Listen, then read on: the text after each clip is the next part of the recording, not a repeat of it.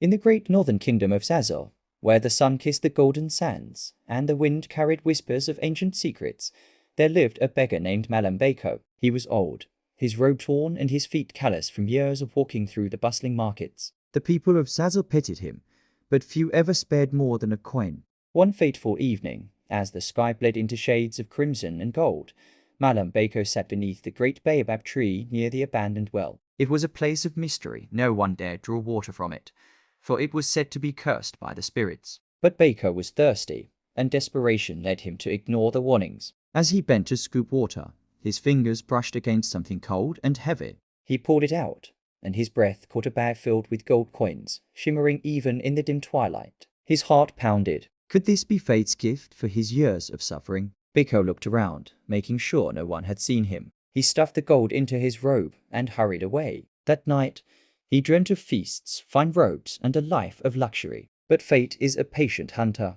The next morning, Bako dressed in the finest Babin Riga and strutted into the market. The merchants, who once dismissed him, now bowed as he bought their most expensive goods. The people of Zazzau marveled had the spirits blessed him. Word reached the ears of Saki Idris, the king of Zazzau, a man known for his greed. He summoned Bako to his palace, a grand fortress of mud and gold, where the air smelled of incense and power. Where did you find such wealth? The king demanded, his sharp eyes gleaming with suspicion. Bako hesitated, but knew he could not lie. I found it near the abandoned well, your majesty, he confessed. Saki Idris leaned forward, his mind already spinning with greed. If a beggar could find such treasure, how much more lay hidden? He ordered his men to empty the well. They dug deep, and to their astonishment, they unearthed more gold chests filled with it, buried long ago. The king laughed, his hunger for wealth growing insatiable. He ignored the whispers of the old Malama who warned, gold from the spirits comes with a price.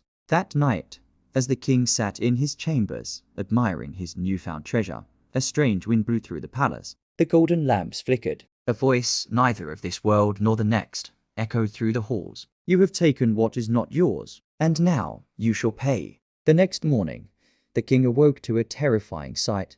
His hands had turned black as coal, his fingers shriveled like the roots of a dying tree. His once handsome face was covered in deep, dark scars. The royal healers tried every remedy, but nothing worked. The people whispered, the spirits have cursed him. Desperate, the king called for Malambako. You were the first to touch the gold, he croaked, his voice hoarse with fear. Take it all and rid me of this curse. But Bako had learned a bitter truth. The gold brought only ruin. He refused, and as he walked away from the palace, the king screamed in despair. Days later, the once great Saki Idris was found lifeless, his body twisted in agony. The gold, now abandoned, lay untouched, for no man dared claim it. The people of Zazzau sealed the well once more, letting the spirits keep their cursed treasure. And as for Malambako, he vanished, never to be seen again. Some say he left to seek redemption.